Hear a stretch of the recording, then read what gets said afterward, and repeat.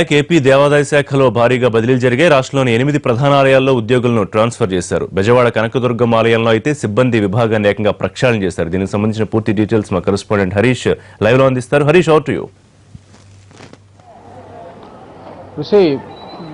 రాష్ట్రంలోని ప్రధాన దేవాలయాల్లో దాదాపుగా 8 దేవాలయాల్లో ఉద్యోగుల బదిలీలకు సంబంధించినటువంటి ప్రక్రియ పూర్తయింది. ఇది గత వారం రోజులుగా జరుగుతున్నటువంటి ఉత్కంఠకి ఈ ఆదేశాలతో తెరపడినటువంటి పరిస్థితి.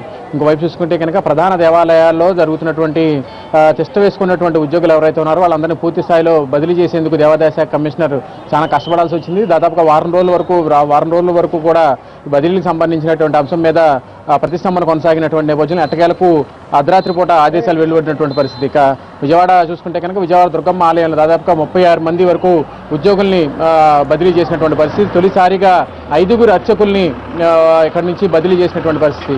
దీంతో రాష్ట్ర వ్యాప్తంగా కూడా తీవ్ర చర్చనీయాంశంగా మారినటువంటి పరిస్థితి. 8 ప్రధాన దేవాలయాల్లో ఉన్నటువంటి ఉద్యోగులు ఇక్కడి నుంచి అక్కడికి, ఆ దేవాలయం నుంచి ఈ దేవాలయానికి, ఇక్కడి నుంచి వేరే దేవాలయాలు కూడా బదిలీ చేసినటువంటి పరిస్థితి. అయితే ఈ బదిలీల్ని ఎదుర్కొనేందుకు అటు ఉద్యోగులంతా కూడా ఏకమైనటువంటి పరిస్థితి. గత కొన్ని దశాబ్దాలుగా ఇంద్రకీలాద్రి మీద పాతుకుపోయినటువంటి ఉద్యోగులు ఎవరైతే ఉన్నారో వాళ్ళని పూర్తిగా ప్రక్షాళన చేశారు. ఇక ఇంజనీరింగ్ విభాగాన్ని చూసుకుంటే కనుక ఇంజనీరింగ్ విభాగంలో కీలకమైనటువంటి అధికారులు ఎవరైతే ఉన్నారో వాళ్ళందరినీ కూడా పూర్తిగా ఇతర దేవాలయాలకు బదిలీ చేశారు. ఇదైతే చాలా చెప్పుకోదగ్గ విషయం, చాలా సంచలనాలు కలిగించేటువంటి విషయం. ఇంజనీరింగ్ విభాగంలో ఉన్నటువంటి ముఖ్య అధికారుల్ని బదిలీ చేయడం పట్ల మాత్రం పూర్తిగా ప్రతిష్టంభన కొనసాగుతున్నటువంటి పరిస్థితి. ఇప్పటికే ఆదేశాలు వెలువడినప్పటికీ కూడా ఆదేశాలు ఎంతవరకు అమలు అవుతాయని మాత్రం ప్రస్తుతం ఇంకా చర్చనీయాంశమైనటువంటి పరిస్థితి. ఈ వ్యవహారం మీద ఉద్యోగులందరూ కూడా ఉత్కంఠ ఎదుర్కొంటున్నారు. ఎవరు కూడా మాట్లాడటానికి కూడా నిరాకరిస్తున్నటువంటి పరిస్థితి.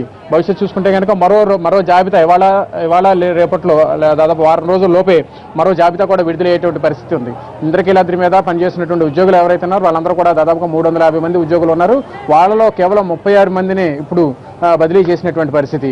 మరో జాబితాలో కూడా మిగిలిన ఉద్యోగులు ఎవరైతే ఉన్నారో వాళ్ళందరినీ కూడా ఇతర దేవాలయాలకు బదిలీ చేసేందుకు ప్రయత్నాలు జరుగుతున్నాయి. ఇక ఇంద్రకీలాద్రికి ప్రత్యేకించి ఉద్యోగుల సంఘానికి విషయానికి వస్తే కనుక గత మార్చిలో జరిగినటువంటి ఆందోళన కార్యక్రమాలు ఏవైతే ఉన్నాయో యువకు వ్యతిరేకంగా ఉద్యోగ సంఘాలు, అదేవిధంగా అర్చక సంఘాలు అన్ని కూడా ఆందోళన చేసినటువంటి నేపథ్యంలో దాన్ని బేస్ చేసుకుని ఆ నివేదిక ఆధారంగా విచారణ కమిటీ ఇచ్చినటువంటి నివేదిక ఆధారంగా బదిలీల ప్రక్రియ అనేది మాత్రం పూర్తిగా కొనసాగినటువంటి పరిస్థితి కనిపిస్తుంది. దీంతోనే మరో విడత కూడా ఉండేటువంటి సూచనలు ఉన్నాయని చెప్పి కూడా దేవాదాయ శాఖకు సంబంధించినటువంటి అధికారులు స్పష్టం చేసినటువంటి నేపథ్యంలో ఇప్పుడు బదిలీలు ఎదుర్కొంటున్నటువంటి ఉద్యోగ సంఘాలకు సంబంధించినటువంటి నాయకులు అప్పుడే పైరువులు కూడా మొదలుపెట్టారు. అటు రాజకీయంగా, అదేవిధంగా అర్ధబలాన్ని కూడా ఉపయోగించేందుకు సన్నాహాలు చేసుకుంటున్నటువంటి పరిస్థితి.